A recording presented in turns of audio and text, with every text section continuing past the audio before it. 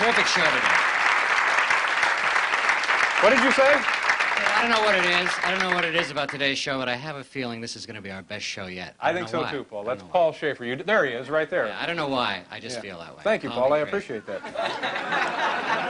Did you know this yesterday, Paul, in the building here at NBC? It was Doorknob Day. I had no idea. Yeah, it was Doorknob Day, and they came around, polished all the doorknobs. Here's what they looked like before. I think you'll have to agree with me that it's kind of an eyesore. That's right. That's before. Well, here's what they look like today. Unbelievable, isn't it?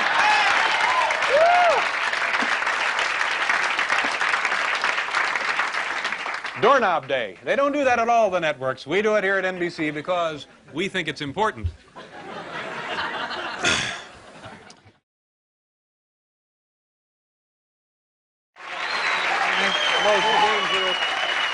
Nice to see you.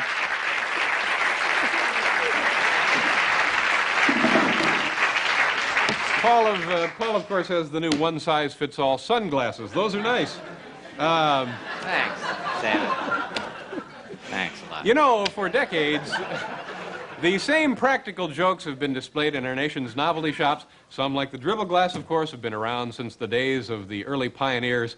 But now a new gag manufacturer has appeared on the scene, not a minute too soon, with a line of updated practical jokes based on the old favorites.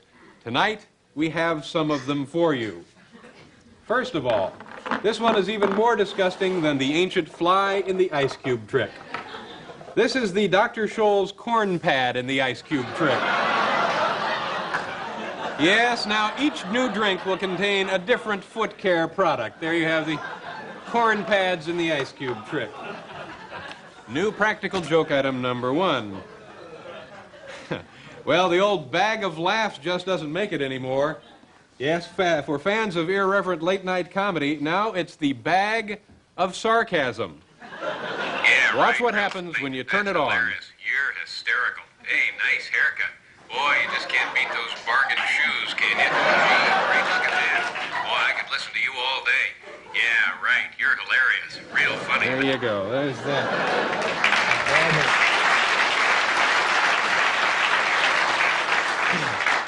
Now, of course, we all know that there's no better way to liven up a dull party than with a Groucho nose and glasses. But you're asking yourselves, what about guys like Gene Shalit, who already look like this? Shouldn't they be able to wear a disguise, too?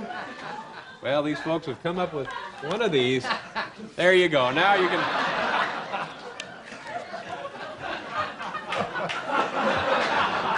See, if you already look like that, you can just put... Yeah, they can have fun, too. Maybe Philadelphia's got the right idea. Now, you know, sadly enough, young people today sometimes get involved in drug deals, and when a lot of money is involved, the atmosphere can get pretty tense. This new gag instantly turns the tension into hysterical laughter. It's the squirting bag of dope. Yeah, but just take that down to Times Square, and when you get close, yee-hee.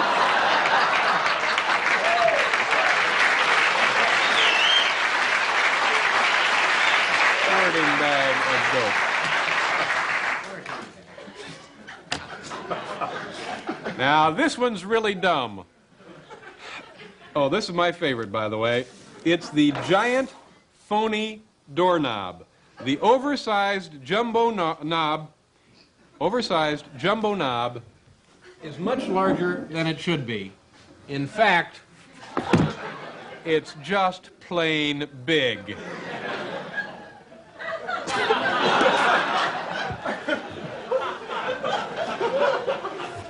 You just put this on your door, see? You yell, "Come on in." It's just plain big, all right?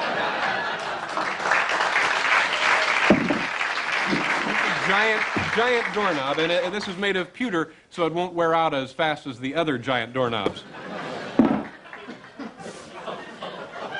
See, you'd never go through one of these things in a light year. No one offers anyone... Oh, this is exciting. This is really nice. Quite a little update. No one offers anyone a can of peanut brittle anymore. Instead, in today's trendy homes, you'll be seeing the surprise fondue pot. filled with bubbling cheese and...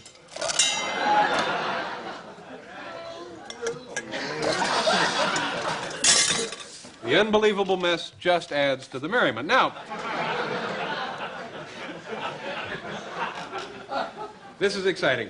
Here's an old joke with a modern twist from the folks who brought you rubber vomit, the fake chemical waste spill. Here it is, right, that. That's what you get. Just find yourself an overturned container canister like this. Goes in there. There you go.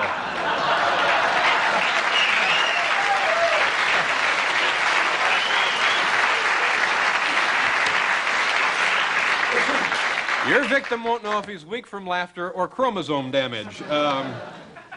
Oh, and finally, for the family wise guy, our last new novelty item,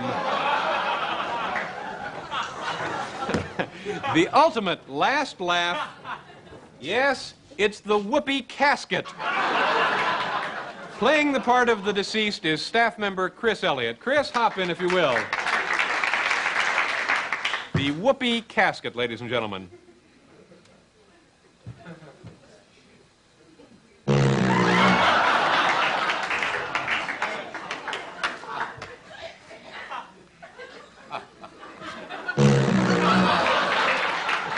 I think we get the idea. Are you going to close that now? There you go. New novelty items. We'll be back with the Graham Chapman from Monty Python and dermatologist Dr.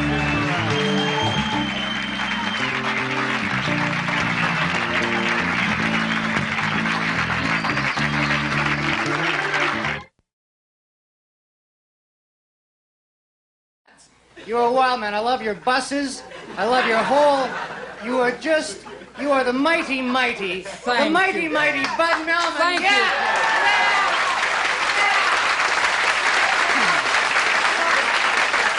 Hey, Hiram's not wearing any shoes. Yes, he is. Can we get a shot of those bare feet? He's wearing shoes. We just showed them. Oh, well, let's get on with the show. But first, say hello to Paul and the band. Bud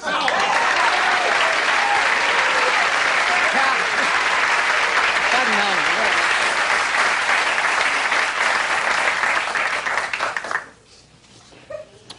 Each day as I walk to work here at Rockefeller Center, I notice new items being sold by the city's sidewalk vendors. Peddlers who only hawk pretzels and T-shirts are finding they now must offer something extraordinary to attract jaded New Yorkers. We've assembled here just a few of these offbeat gifts, which are actually being sold on Manhattan streets. To first item.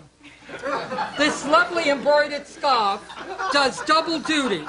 In winter, it keeps you toasty warm, and in summer, it reminds you what foods spoil without refrigeration. Tuna salad, deviled ham, flan. They're all here. Gosh, we're having fun now.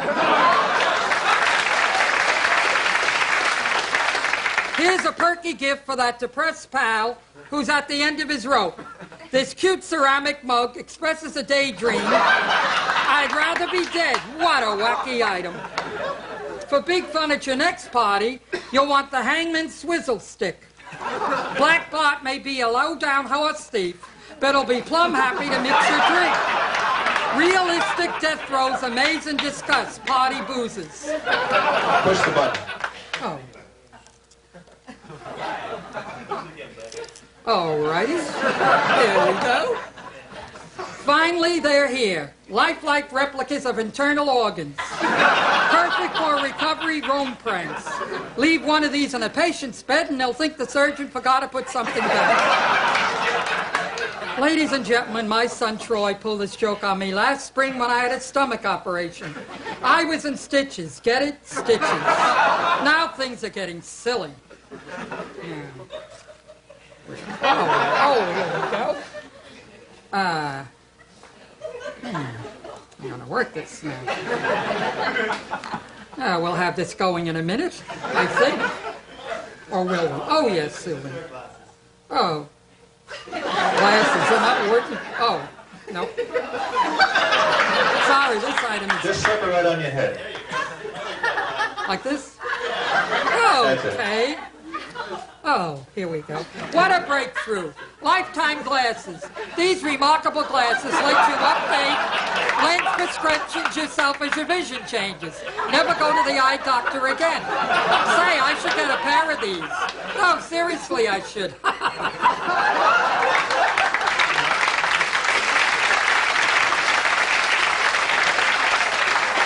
Here's something festive to brighten any kitchen.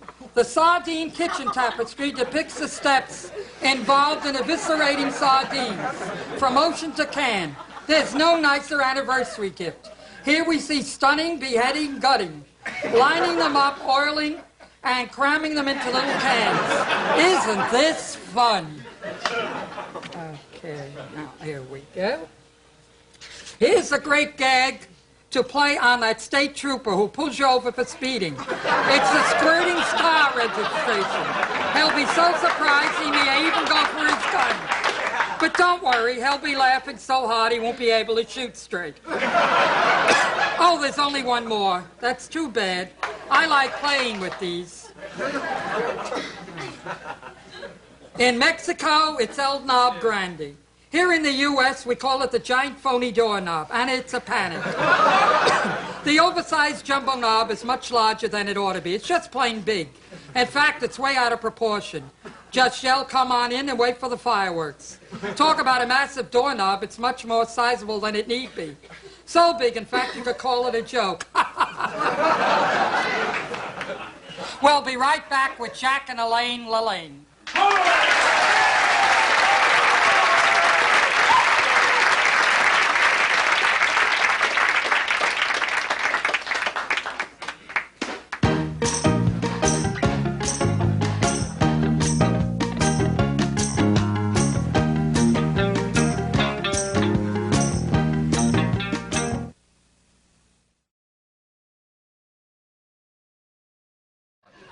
You know, in the last 12 months, we have presented you, the viewers, with literally hundreds of new products introduced by hopeful manufacturers. They all sold well, but some of them went right through the roof. Why, they were more like hotcakes than new products. So fast did they sell.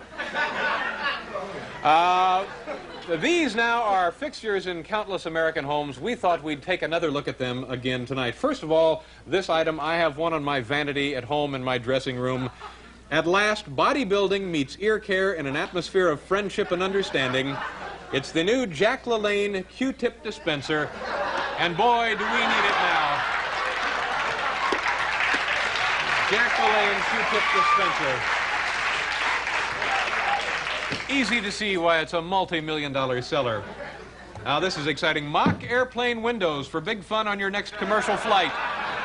Just slip one of these over the real window and watch panic everywhere. Passerbys will see the wing of the plane engulfed in flames. Stewardesses guaranteed to drop trays. A fun new gag. Yes, they put that right over there. Now, do you remember the good old days when gas station attendants were really polite and would fill your tank for $5? Well, it can still be that way when you turn on the new Hypno gas cap. Yes, in 5 seconds, your gasoline attendant will be in a trance and you'll hear things like, $1 for 21 gallons? Why, thank you, sir. And let me get the inside of that windshield also, master. The new Hypno gas tank.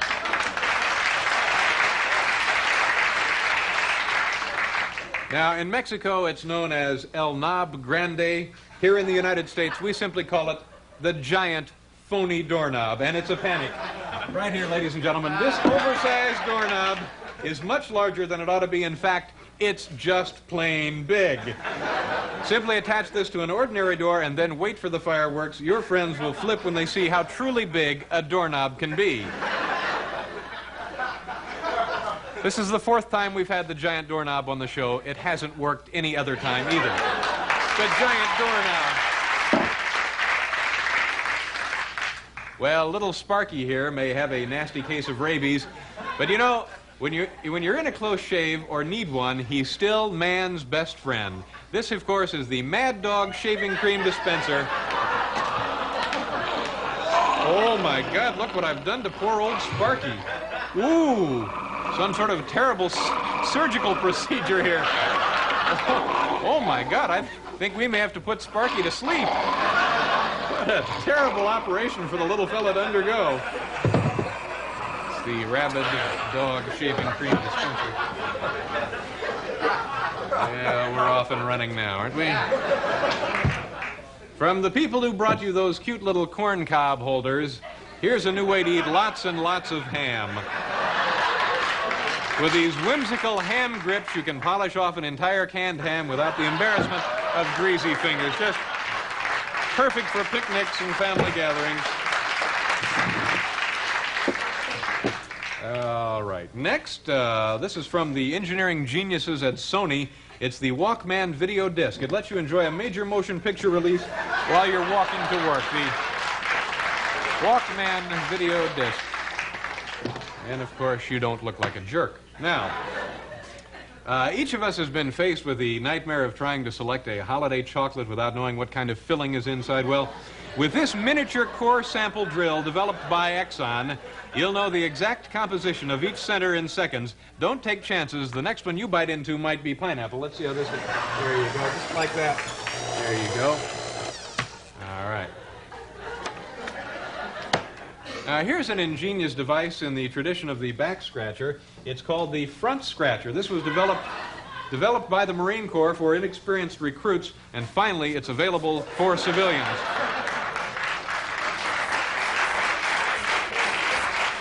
The front scratcher right there, that is. It's available for civilians now. Now, it goes without saying that no one likes to find a pipe bomb in their home. I know I don't. But you can make that wait for the bomb squad a little less nerve-wracking with this clever pipe bomb decorator kit. Yes, fuzzy felt appliques will turn even the scariest explosive device into an adorable dachshund puppy. There you have it. Okay, and I believe we have time for just one more here. Well, this is the age-old problem, a pizza mistakenly ordered with toppings that you don't like. Well, the space-age solution, this high-speed pizza centrifuge. Just turn on the motor and unwanted anchovies or mushrooms fly off at twice the speed of sound. Let's see how it works. Switch on the pizza centrifuge, and in a matter of moments, there they go. My, oh my, what fun we're having. We got to go away. We'll be right back with highlights of our tours of New York City.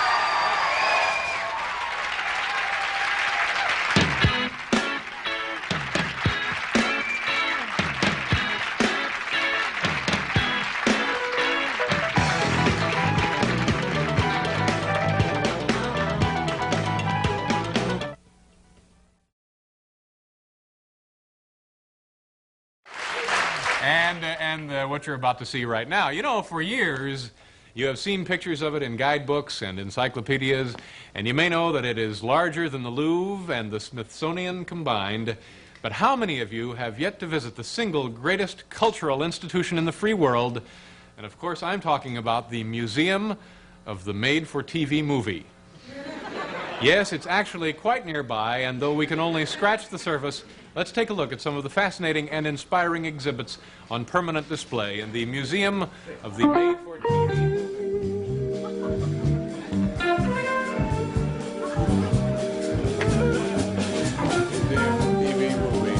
Here it is. Thank you very much, gentlemen. Here we are. The Museum of the Made-for-TV Movie. Now, this is not completed yet, and here is the artist's conception of what it will be like in the future. Let me just acquaint you of a couple of things. We're located right here in the action wing of the Museum of the TV Movie, and over here is the Robert Vaughn wing of the corrupt businessmen and politicians. That'll be right there. This is the Hall of Tragic Illnesses, and in front they have the majestic 100-foot reflecting pool, and it's surrounded by statues of Karen Valentine, Elizabeth Montgomery, Richard Crenna, and all of the TV movie greats. Let's go on over here now and take a look at some of the amazing displays here in the Museum of the Made-for-TV Movie. This is where all sorts of paraphernalia dealing with made-for-TV movies is housed. And this is our, this is our first exhibit. It's entitled simply, Robert Reed, Man of a Thousand Faces. No, ladies and gentlemen, your eyes are not playing tricks on you. They're all Robert Reed. Hard to believe, isn't it? And quite an exhibit here, made for TV movies. Now, this is exciting. You can actually participate in this exhibit. This is a telephone hookup that lets the museum visitor, that would be me in this case, experience the thrill of being harassed by a deranged caller, a popular plot in TV movies. Let's listen. I know who you are. I've been watching you with binoculars. I know you're in the museum. Don't try to hang up on me.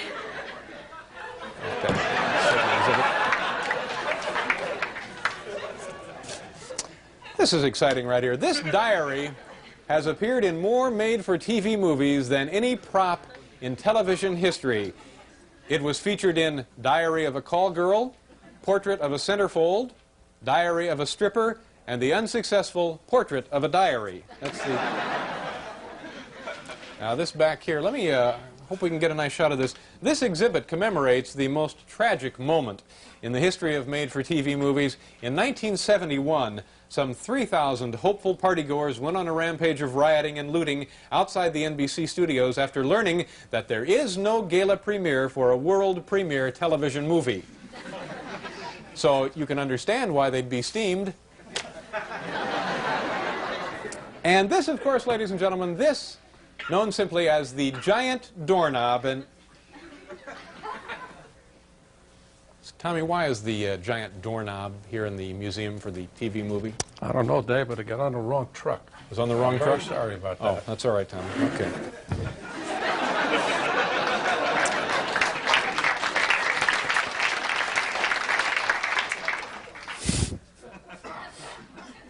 Well, here we are. This is from the museum's trophy room. It's something kind of special. This pays tribute to the dedication and bravery of the TV movie detective. Let me just uncover this for you. It's the Mike Connors Lifetime Achievement Award.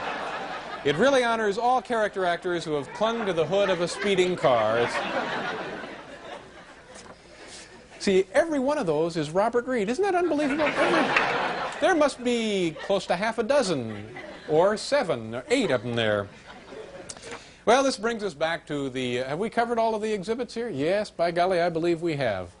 Here we are at the screening room. Now, this is interesting. They have a screening room here that shows made-for-TV movies continuously, and let's see what's on the bill tonight. Oh, tonight they're running Nightmare on Restaurant Row. And from TV Guide, it says Nightmare on Restaurant Row. This is a 1977 offering starring Leslie Nielsen, Susan Blakely, and myself. Now, an undercover agent teams up with a tough restaurant owner in a daring attempt to double-cross the mob. Let's take a look at what they're running in the screening room here at the Museum of the TV Movie.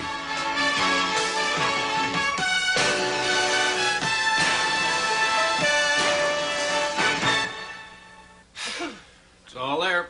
$100,000. What about my share? Here's your share. Hey, what is this?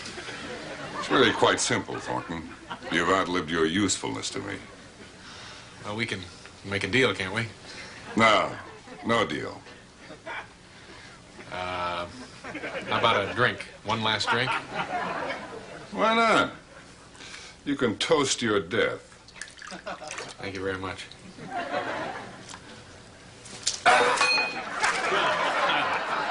Things look a little different now, don't they, Clifton? Now, wait a minute. We can make a deal. No deals. Well, at least let me have some popcorn. Okay.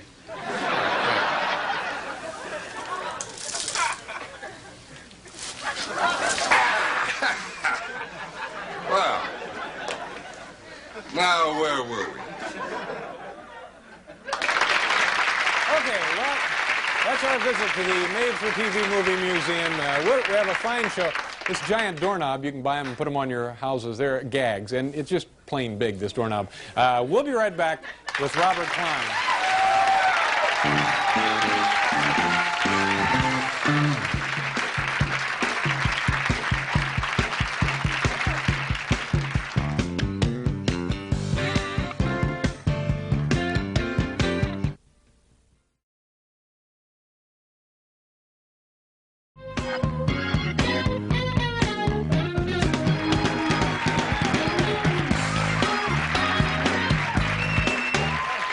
Ralph Schaefer, ladies and gentlemen. Welcome back to the program.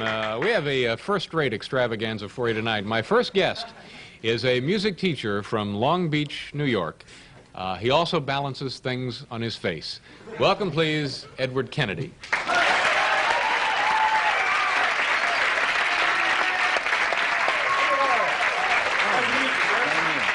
Thank you very much for being here. You balance things on your face. That's right. And how did this begin? As a kid, I started balancing girls' batons on my hand, and then graduated to larger things. And you enjoy it enough to just do it the rest of your life, huh? Yeah, it's a challenge, you know, just trying to balance larger and larger things. All right. Should we just start with this now? I guess that's enough. Let's try the pencil. Sure, try the pencil.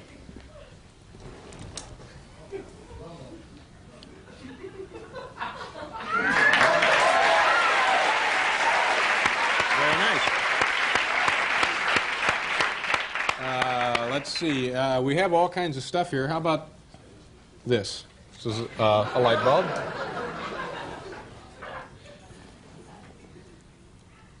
Now, it'll light up. Yeah.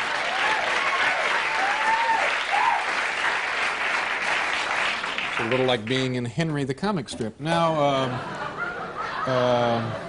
let's try the microphone. Can we do this? We'll try. Let me unhook this sucker and see what happens. Okay, there you go. Now, they probably can't hear me now, can they, come to think of it? Ooh! That's... Oh!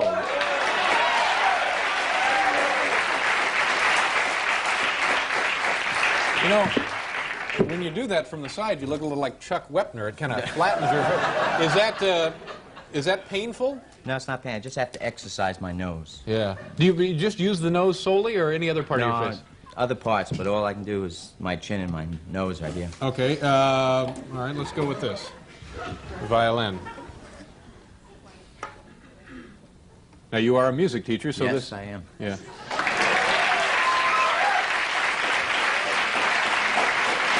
That's very impressive. Do you use this in your class at all? Sure. Whenever I want to get the kids' attention, I just grab an instrument and put it on my nose. It's an interesting educational philosophy. I don't know. Take your pick here, Edward. There, we got a coffee pot. We got a piece of wood. I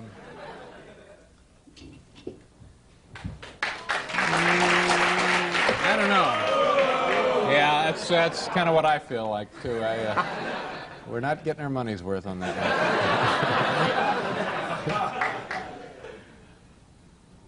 All right. Okay. Do you eat a lot of fish, Edward? Yeah. All right. Now, it's like a seal. Like a seal. Should we go over here now? Sure. And, all right. This is getting bigger and more unbelievable, ladies and gentlemen. Let's start with our friend, the giant doorknob. Edward, can you see what it looks terribly painful.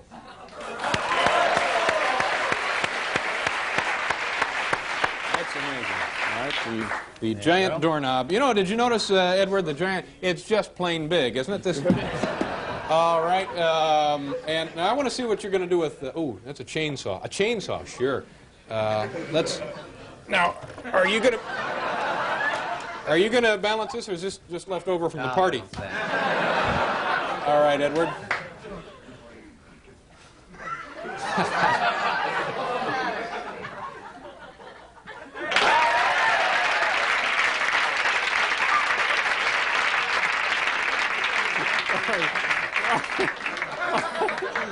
Oh, boy, that looks like a picture to be on the front page of the Post, doesn't it?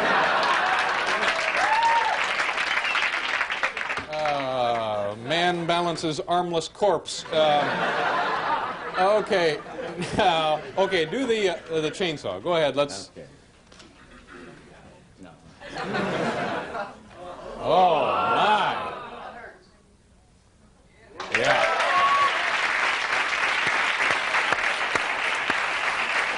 Now, which of these you want to do next? How much do we have? Okay, well, you want to do one of these, or you want to do that one? Whichever you want. We've seen plenty of musical instruments. Do the bench. Okay.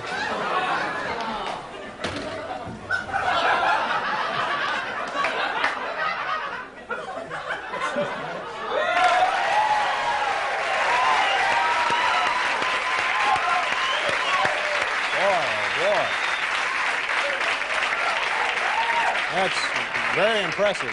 Very impressive. Anything you gentlemen would like balanced? The stool? Well, he just, all right, the stool. Take a little anticlimactic after the bench, I suppose, but... Okay, all right. Now, I want to make sure we get these last two items in, the bass. Thanks very much, Will. Yeah, I know it's Will. How many instruments do you play, Edward? All the woodwinds. All the woodwinds. Ooh.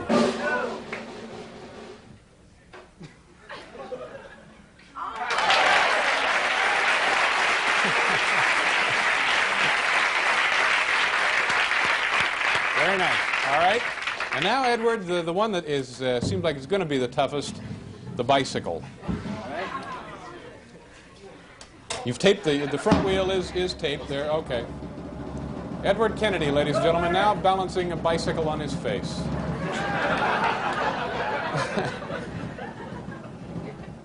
How did you get the tire marks on your chin? Well,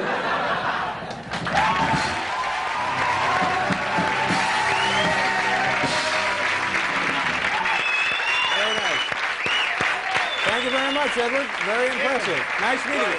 Edward Kennedy, ladies and gentlemen. We'll be right back with Klaus Kinski. Thank you, Edward. Very impressive.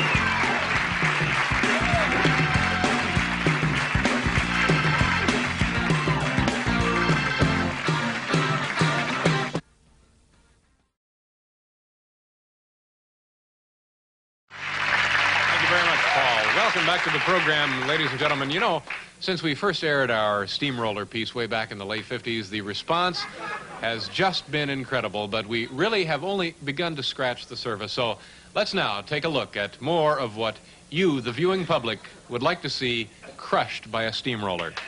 Some of that packing material has the bubbles you can pop.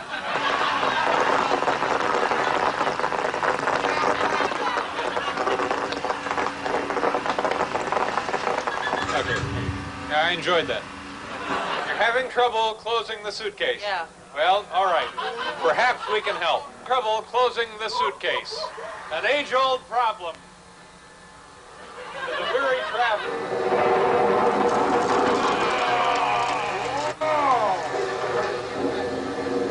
Huh?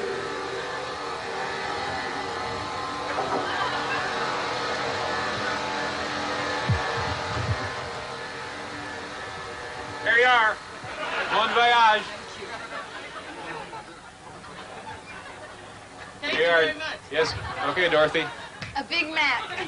A Whopper.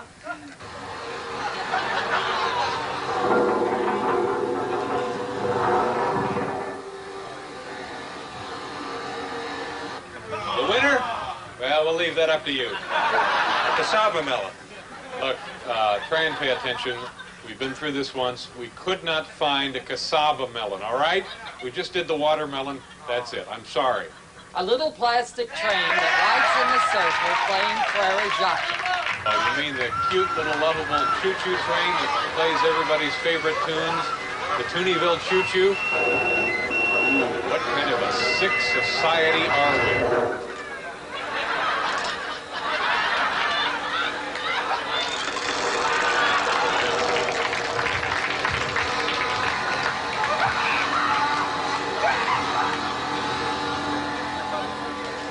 Well, I just hope you're happy.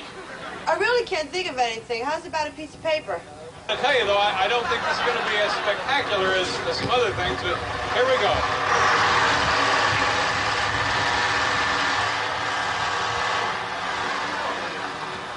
Ooh, you'll never be able to use that again. Giant doorknob. It's just plain good, ladies and gentlemen. The giant doorknob.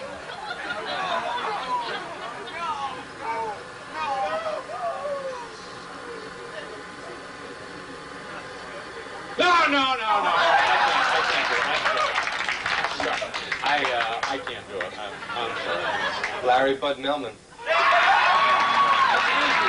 Larry Bud Millman.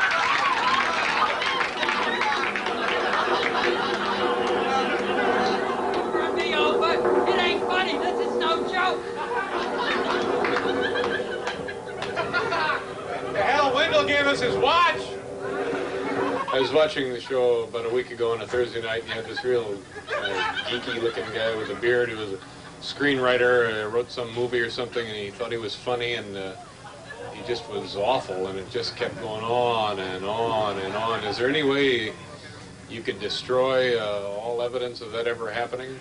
Yeah, I'm glad you brought that up. What they're talking about, last Thursday night, we had Paul Zimmerman on, the man who wrote King of Comedy, and it was a desire of his all his life to do comedy on a television show, and if you stayed through it, you know that it was two things. It was long and it was awful, so I'll be happy to take care of this for you. The only existing videotape evidence of his appearance on our show. Don't waste any time. Vibrate it. Now, back over it. Okay, again. Do it again. Yeah, okay. Thank you very much. Thank you.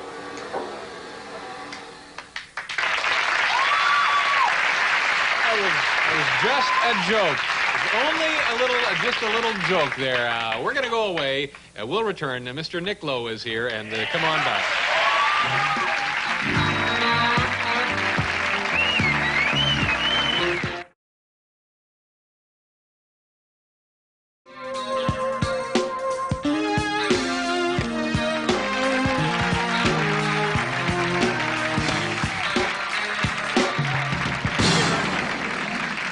Welcome back, ladies and gentlemen. I hope you enjoyed station identification at home as much as we enjoyed it here in the studio. We always do. Tomorrow on this program, actress Jessica Harper will be here along with comedian Jay Leno, and the founder of the Guinness Book of World Records, Norris McWhirter, will be joining us. That'll be tomorrow. Now, occasionally on this program, we show you new gift items, and we have one I want to present to you tonight. In Mexico, it's El Knob Grande. Now, stay with me. Here in the United States, we call it the giant doorknob. Yes, the oversized jumbo knob is much larger than it ought to be. In fact, it's just plain big. Here it is. Simply attach this to an ordinary door and then wait for the fireworks. Your friends will flip when they see how truly big a doorknob can be. This is the giant doorknob. Now, quite honestly, ladies and gentlemen, in the past year, 11, 12 months that we've been using the giant doorknob, it really hasn't been too well received as a comedy device. A sampling of opinion around the office indicates that perhaps you don't understand how truly big this doorknob is. So tonight, by way of comparison, let me show you a doorknob that perhaps you would find on a medicine cabinet. Here, then, is what we agree to be a normal-sized doorknob. And now, ladies and gentlemen, the giant doorknob. Now,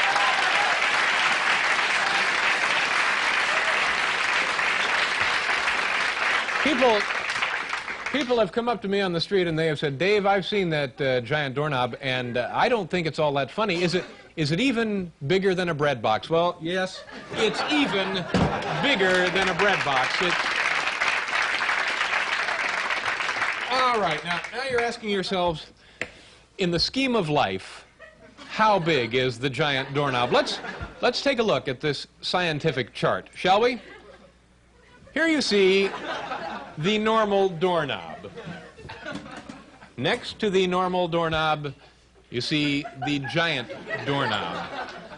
All right, next to the giant doorknob, you see man. And next to man, you see one of our prehistoric animal friends, Diplodocus. Now, note the relationship between the normal-sized doorknob and man. That is the same relationship that the giant doorknob has to the dinosaur. Ladies and gentlemen, if dinosaurs walked through doors, they would be using the giant doorknob.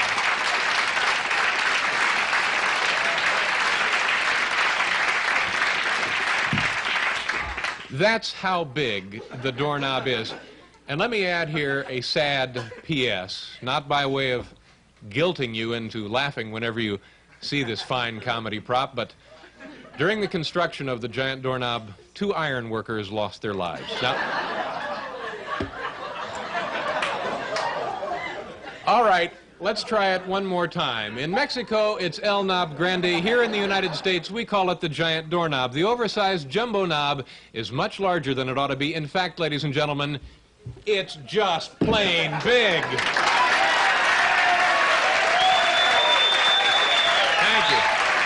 Thank you very much. Thank you. Thank you, ladies and gentlemen. Thank you. I hope you'll find that helpful in the coming weeks and months as we continue to use the giant doorknob. No, we're not going... Oh, by the way, we are going to be steamrolling some more items this week on this program. So, when will that begin? Is that tomorrow night or the night following, or?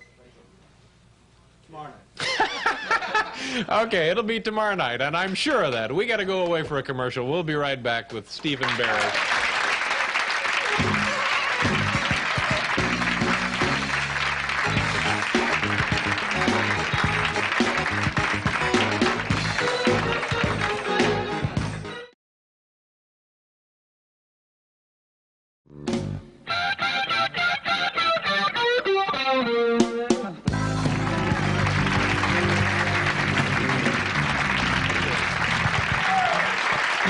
My next guest is the co-founder and an editor of the Guinness Book of World Records, of which I have a copy right here. The book is now printed in 23 different languages and has sold nearly 50 million copies. Please welcome Mr. Norris McWhirter.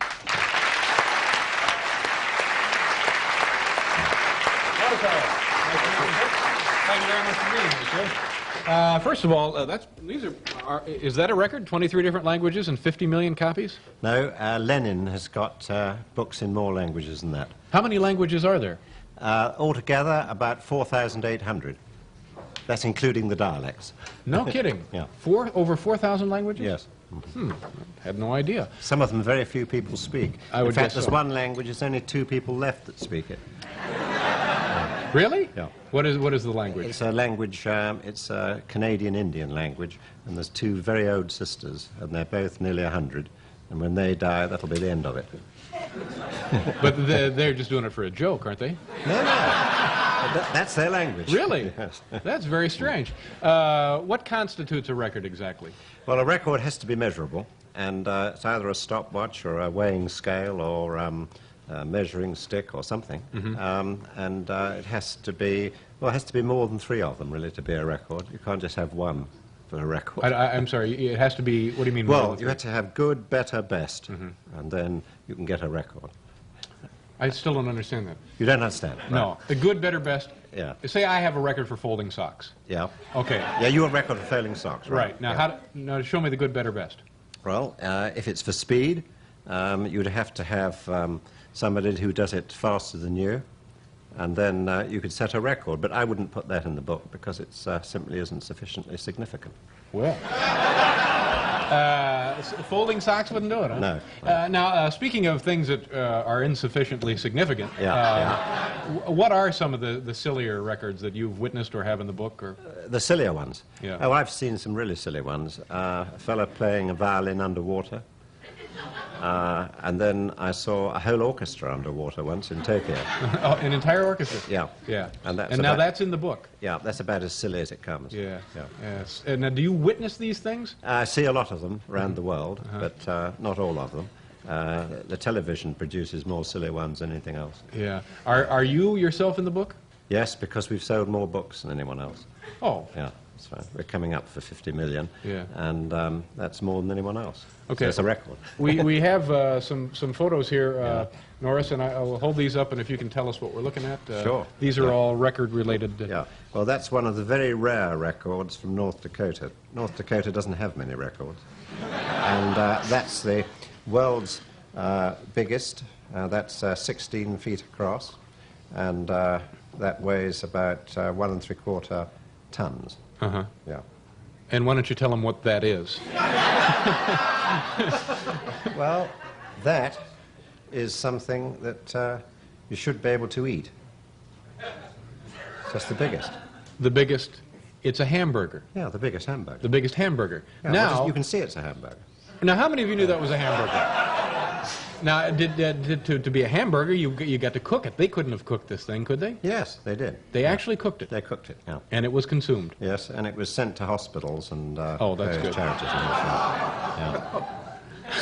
I don't know, it's a strange audience. They're groaning at acts of charity. They're upset by that. Somehow it reviles them. Now, this is North Dakota. You said that they don't have, as a state, many records. No, very few. What states are highly competitive? California is the worst, or the best. They have the most representation? Yes, they have the weather for it, too, for the outdoor ones. And what would be another? How does New York do? New York's about the second best, and then Australia and New Zealand is where they have most record holders as well.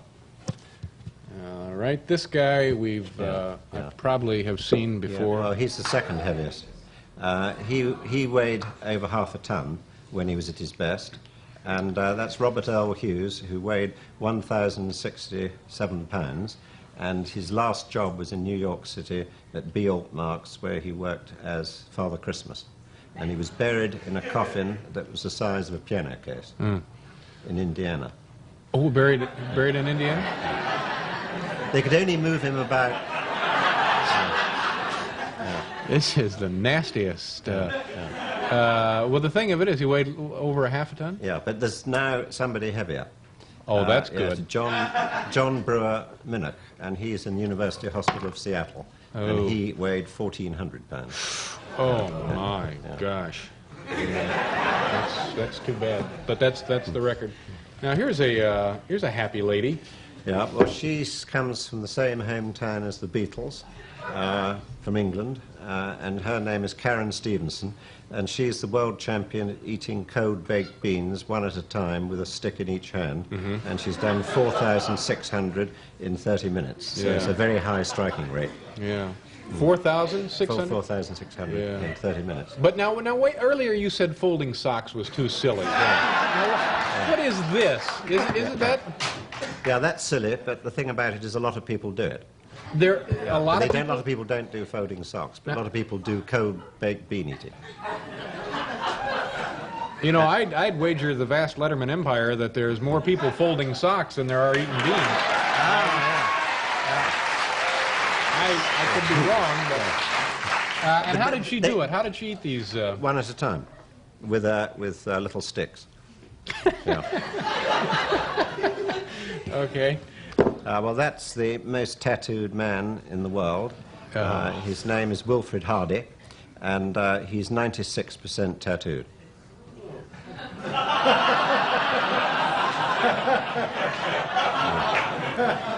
They even got tattoo inside his mouth as well. 96% of his body is covered with tattoos, and that the 4%. Yeah, that's it. Well, actually, you can see part of the back of his neck. That's right. He may have had that done since I saw him last. Oh well, let's hope so. He came to get that taken care of. Did you meet that guy? Yes, he came to the office to be checked out. Yeah, nice. Seemed like a normal fellow. Nice. No, not very normal. Well, that's the tallest human of all time. That's Robert Wadlow with his little brother, or his two little brothers, and that's the Chandeliers. He was 8 foot 11.1. He came from Alton, Illinois, and when he was 9, he could carry his father, who was the mayor, up the staircase of the family home. And he was really unbelievable. Died in 1940, just before penicillin was invented, which might have saved his life because he got gangrene in the foot. Yeah. Who would be close to this? You said it was 8'11"? 8 foot 11, yes. The closest now is Mohammed Channa, who lives in Pakistan, and he may, in fact, be coming to California soon if they can fix him in the plane, because he'll need several seats. Yeah. And here, I guess this is another photo of the same guy. That was him going to the people who built his shoes. They were size 37 AA. Yeah. And 37 double A. Yeah, double A. And he used to eat 8,000 calories a day. And I had a letter from his mother, who died only recently, and she said what a nice fellow he was. Yeah, well, it's interesting stuff. We have a copy of the book here, and I want to just read this section. Doors. You have a section in here, records for doors. Yes. The largest doors are the four in the Vehicle Assembly Building near Cape Canaveral, Florida, with a height of 460 feet. The world's heaviest door is leading to the laser target room at the Lawrence Livermore National Laboratory in California. It weighs 360 tons. It is up to 8 feet thick and was installed by so on and so forth. Now you have the largest doors and the heaviest doors. You have no category in here for the largest doorknob.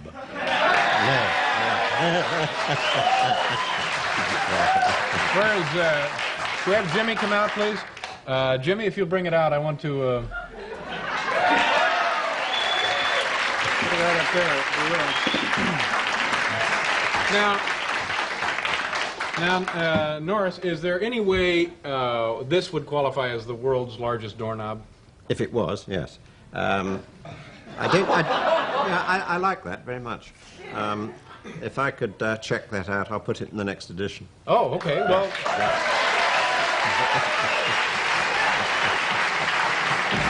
We'd certainly be honored. Nice meeting you.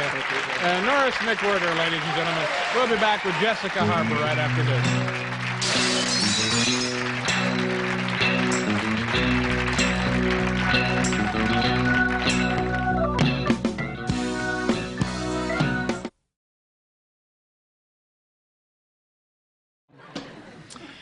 My next letter...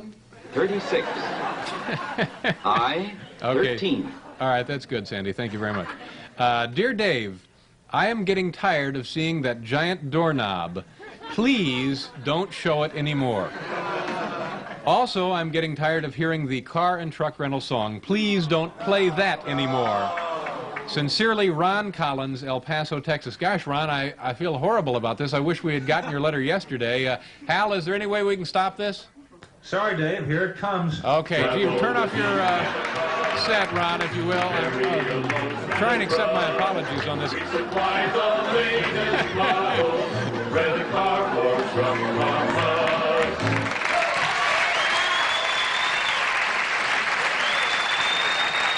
Okay, we'll be right back with Dr. Rich Westheimer after you take a look at this.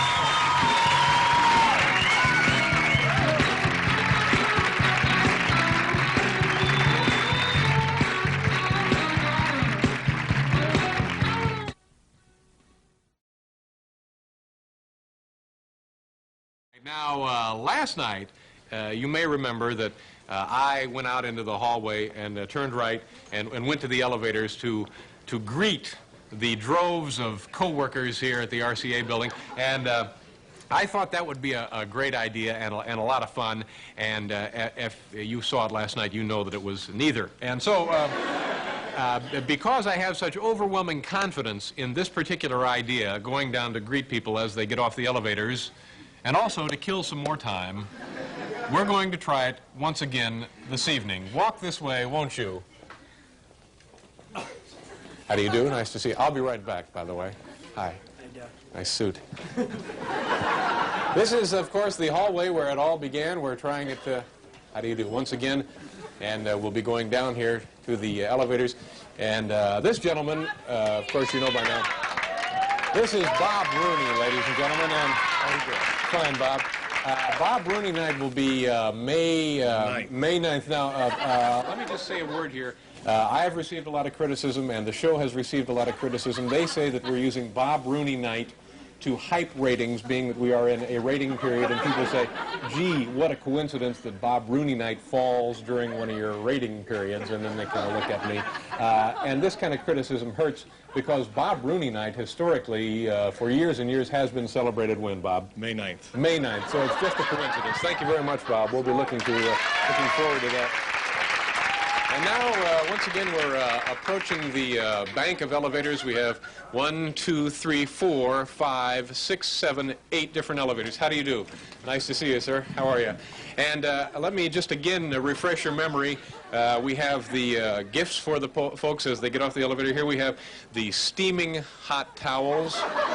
And of course we have the gift assortment, the facial blotters and the sponges, and of course the new item, the late night duck sauce. And we couldn't be happier with these items. So we also have some glossy photos of Bill Wendell, our announcer over there. So when people are getting off the elevator, and this time of night, it's teeming with people who work in the building, visitors, snipers, would-be assassins. They all come through this particular bank of elevators, and in just a minute, well, there's an empty one there, but see, that's pretty much the concept that we're interested in. And before you know it, I'll be visiting perhaps people that you know who work here, and there's an elevator right there. Let's see who's on board, as they say in the elevator. Hi, how are you? Do you have a minute? I feel like a Mooney. Do you have a minute? Could you come here, please? What is your name, ma'am? Roberta. Roberta, and do you work here in the building? Yes, I do, David. And good heavens. Giant doorknob. Did you know anything about this, Roberta? No, David, it's no. Get that off of there. Good heavens. Now, what do you do in the building? I'm a reporter. Oh, you are a reporter? Yes. For whom? For WYNY Radio. You know where Dr. Ruth lives? That's right. And you have something wrong with your hand there. What happened there? Well, I had a little problem with it. I cut it. I'm shaving. Okay. Kind of office policy up there at WYNY. Shave your hands before you come to work. Would you like a hot towel, Roberta? Okay. Two hot towels? One for Dr. Ruth, so she can freshen up. And here is the late night gift assortment, your blotters, your sponges, and your duck sauce.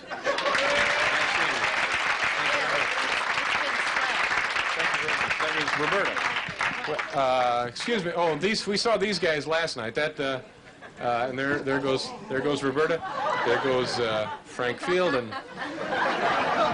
once again the calm after the storm, ladies and gentlemen. It's we have what 8 elevators, did I say? And thousands and thousands of people.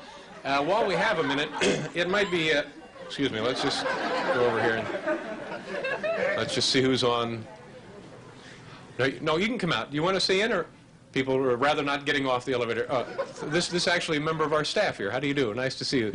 What are we pointing at? Well, one behind me. Okay. And once again, the empty elevator. Well, this is kind of an ugly development, ladies and gentlemen. It's Hiram Bullock and Paul Schaefer and Will Lee. Sure, take those photos, gentlemen, and get your hot towels, for heaven's sakes. Yes, those are scalding hot, aren't they? Okay. Is that we don't? What? Okay, let's just see who's on this. Ladies and gentlemen, here's a. Excuse me, just a moment. This man's name. This is the truth. Tell him your name. I can't. I'm embarrassed. Tell him your name. No, tell him. Honest to God, tell him the name. Bucky Gunts, and it's not pretty. Bucky Gunts, ladies and gentlemen. It's Bucky, and yet he was able to find a job. Congratulations, Bucky. Nice to see you, sir. We have to, sure, go on about your business, Bucky. We have to go away for a commercial. We'll be right back with Billy Crystal and all kinds of other stuff.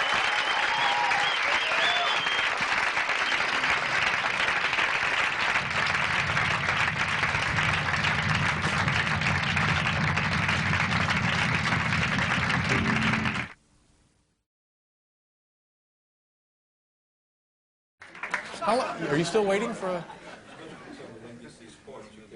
I don't know where they're located. I think... Yeah, I know the names, but I don't know the office. This is the 6th floor. Oh, that's all right. No, it's not. It's kind of a test show anyway. Letter number 4. I hope that's you. Is that you? Good luck. Nice meeting you. Okay, bye-bye.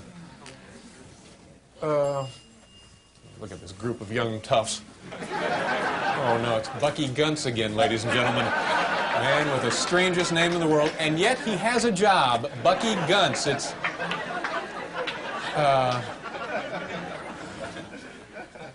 letter number 4. Dear gentlemen, and I use the term loosely, in yet another attempt to get a letter on viewer mail, I hereby include a totally gratuitous list of the items that one must apparently refer to if one wishes one's letter to be read on the air. And this man has included a rather lengthy list. Sandy Becker calling bingo numbers, Lauren Green, Leonard Nimoy, and Buddy Ebsen all singing, the sound of breaking glass, the giant doorknob, the car and truck rental song, the late 50s, on and on and on and on. Sincerely, J. Lawrence Buell, Hinsdale, Illinois. Well, thank you very much for your consideration, Lawrence. We appreciate you trying to help, but unfortunately, you did not mention the Festival of Toys. We were hoping that someone would mention the Festival of Toys in his letter. These kids have been waiting all afternoon, plus they had to be here yesterday for rehearsal. I'm sorry, kids, no one mentioned the Festival of Toys this week. You're not going to be on TV. You're not going to get to keep the toys. I guess the viewers just didn't care enough. Al, go ahead, take the toys away from the kids. I'm sorry. I'm sick about it. Okay, so much for the Festival of Toys. We have a fine program for you tonight, ladies and gentlemen. Oh, my.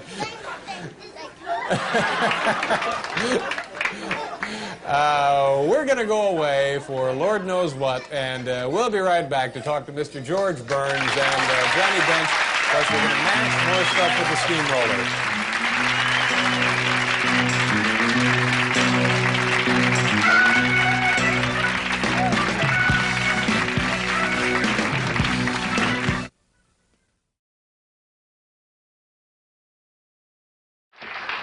Just read this and we'll see what else happens. You know, sitting behind this desk hosting the show I call Late Night, I've come to learn that you can't please all the people all of the time, but when you've got a steamroller running over things, you can come pretty damn close. So, here now, another visit with our friend, the steamroller.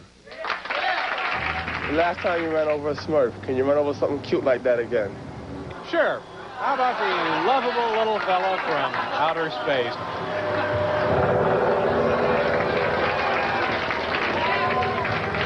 I'll be darned. Look at there. There's one dime for a last phone call.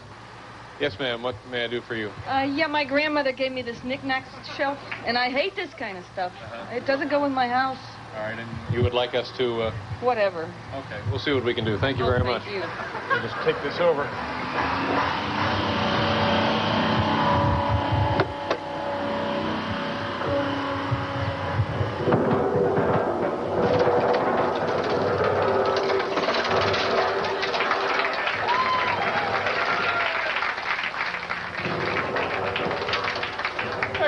That teaches Grandma to mind her own business. I have a heart condition. Could you run over something really dull? All right, fine. How about a bag of jelly beans? But I must warn you, they're assorted.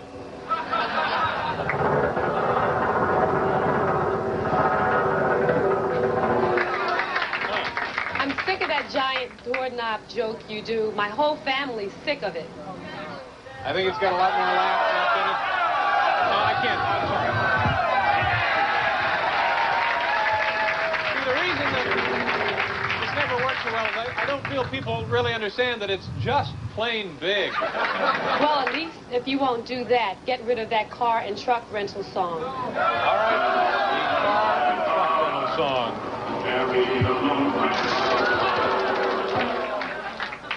Don't worry, ladies and gentlemen, we still have the master locked safely in the RCA vault. Yes, sir. What can we do for you? I got this can of sardines and mustard sauce, and I can't open it. The key is stuck. It's dripping oil all over. Yeah, I'm having a hell of a time. And you really enjoy your sardines, don't you? Sardines. I really love sardines. You're from out of town? I'm from Cleveland, yes. And you came all the way with your sardines? Well, yeah, I understand you were rolling over things. I wonder if it was possible. All right, we'll see what we can do for you. I appreciate it very much. Thank you very much for coming in. Try and open these sardines. Do the best we can.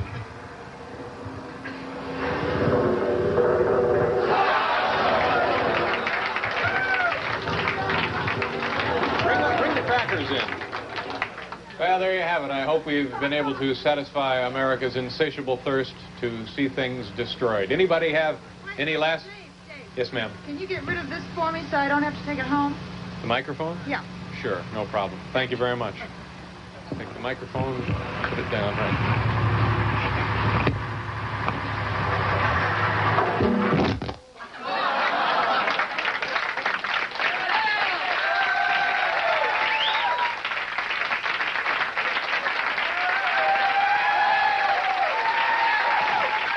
We'll be right back with Brother Theodore, folks.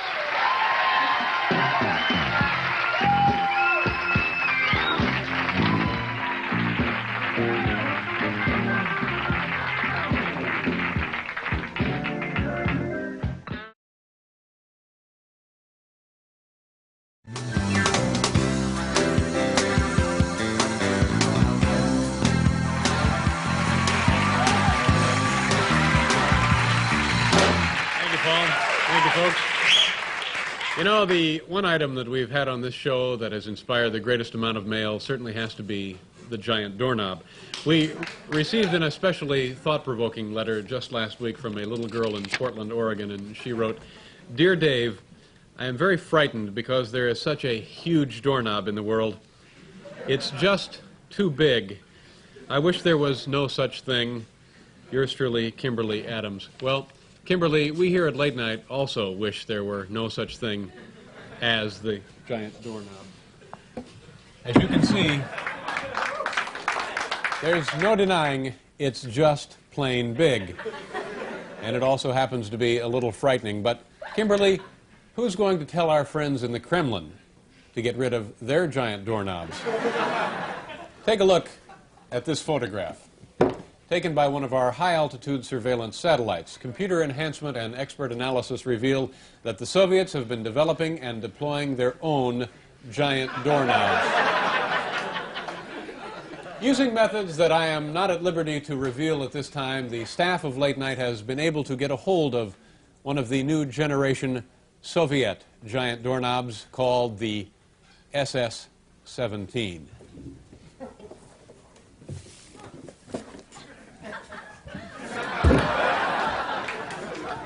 As you can see, the SS-17 dwarfs even the American giant doorknob, and while it is obviously less sophisticated than our version, its sheer size makes it another dangerous step in the insane giant doorknob buildup.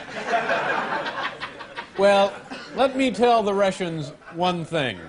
The United States will never just sit back and let the Soviets win the doorknob race without a fight. Unless a freeze on doorknobs can be negotiated, the Pentagon is prepared to deploy yet a larger giant doorknob.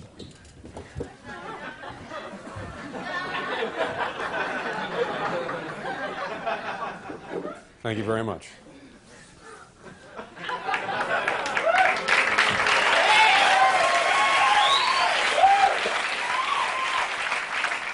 And if this isn't enough, here's an artist's conception of what Boston and cities throughout the country will look like by the year 1995. And when the doorknobs get this big, everyone gets scared. Not just little girls in Portland.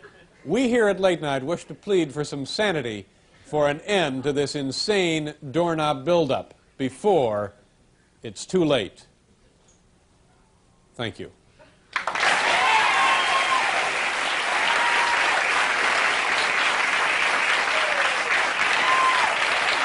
We're going to pause for a commercial. We'll be back to meet ad man David Ogilvy. Come on back, folks.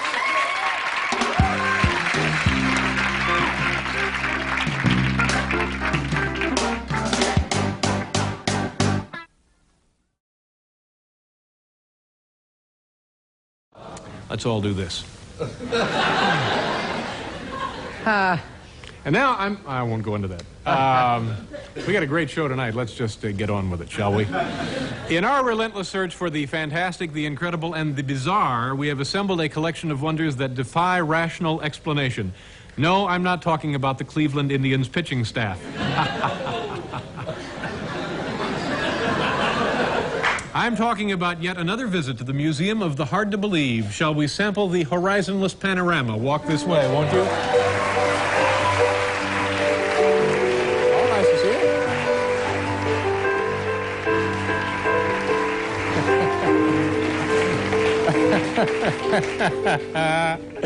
Well, here we are in the museum, and as always, ladies and gentlemen, I don't know if you can tell this at home, but, ooh, it's more like a shrine than it is a museum back here. It's so quiet. Well, here's our first exhibit tonight. It's called The Royal Insect. It's the king spider of Central America, and it's so named for its unusual size, its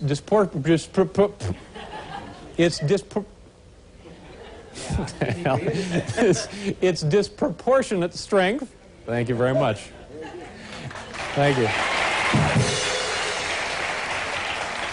And oh yes, one other thing, ladies and gentlemen, it looks exactly like the king himself, Elvis Presley.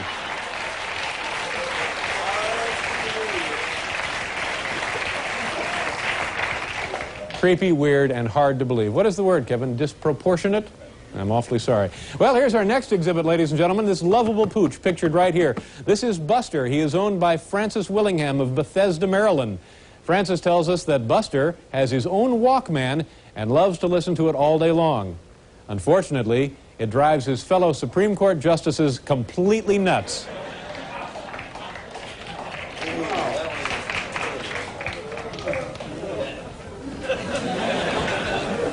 Well, take a look at this exhibit. Here's an amazing exhibit. This is the Wall of Doorknobs. And I understand, ladies and gentlemen, we're quite proud about this. Our own Jimmy Fitzgerald is responsible for this one. Jimmy, come on out here and tell us what the story is behind the Wall of Doorknobs. Here he is, Jimmy Fitzgerald. Now, tell me all about this, Jimmy. Well, Dave,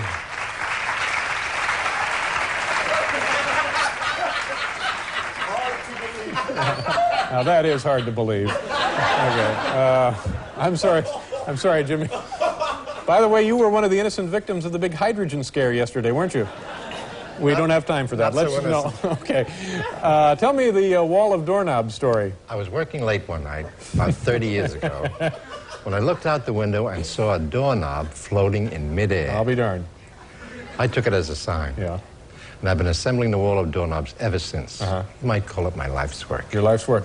That's interesting, Jimmy, but one thing comes to my mind. Looking out at a doorknob, isn't it likely that what you really saw instead of a doorknob floating in air was the reflection of a doorknob on a door in the room you were standing in?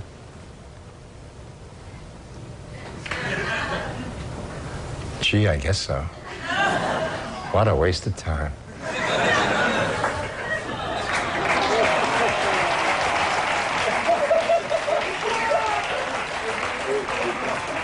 The hell does that happen? Whoa, let's go on to the next exhibit. This English muffin is perhaps the most baffling baked good ever purchased. Once toasted, it seems to give off the faint but recognizable voice of Alistair Cook, complaining about his pet peeves. Let's listen carefully, can we? It's been so terribly damp and foggy lately. My feet are swelling up again, and it hurts like hell. I am so sick of that masterpiece theater theme. And now I've got to shell out $50 for a new tire. That curry made my stomach turn. Oh, this tea tastes like warm spit. Now what's this on my shoe? Oh, no.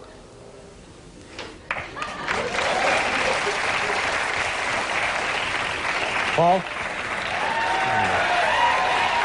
Late night Skycam, ladies and gentlemen.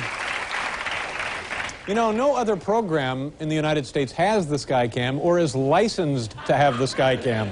We're the only one. There it is.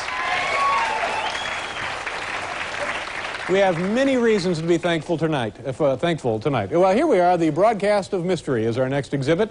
Well, no, that's not exactly our next exhibit. This is our next exhibit right here. The program you're watching is the Broadcast of Mystery. This exhibit is called The Smartest Man in the World. Sports fan Tom Pavlik of Astoria, New York, doesn't wait till the end of a football game to head out into the parking lot. He beats the crowd and traffic by leaving as soon as the fourth quarter begins. And what does that make you, Tom? The smartest man in the world. That's right, but you know, Tom, what about all those physicists and scientists and Nobel Prize winners? Aren't they pretty smart? I've never seen them out there. So he's the smartest man in the world, not necessarily the funniest man in the world. All right, let's go back over here to something we call the Broadcast of Mystery. Whew, it's getting hot here, isn't it, Tom? It's getting hot. Yeah. This is the Broadcast of Mystery. An episode of NBC's hit Bill Cosby Show was inexplicably telecast on Wednesday at 9 instead of Thursday at 8. on CBS instead of NBC, and without Cosby appearing himself. Oddly enough, it starred Flip Wilson. Freakish, bizarre, hard to believe.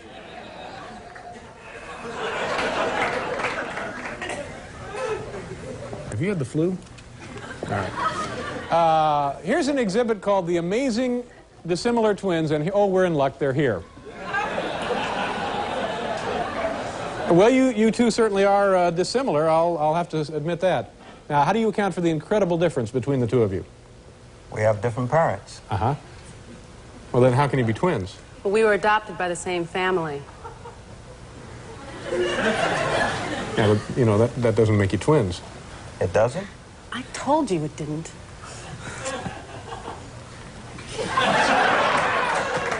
And did we pay to fly you folks in here? Yes, you did. Where are you from? Moline, Illinois. Moline, Illinois. Yeah. That's one of the Quad Cities, isn't it? Yes, it is. Yeah.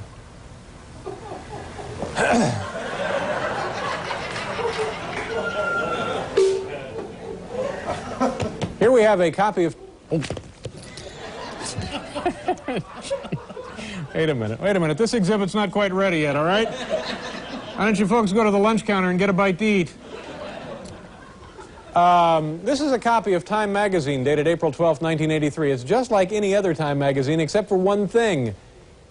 Its seemingly endless supply of loose subscription cards.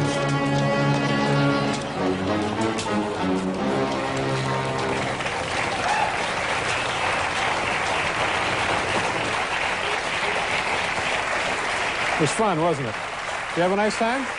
Did you meet the twins? Yes, I did. They're from Moline. Moline's one of the Quad Cities. We got a great show for you tonight. Hubcap Queen Marilyn Flager will be here. Comedian Stephen Wright and NBC News correspondent Linda Ellerby. All of this and much, much more right after this, folks. Thanks for being here.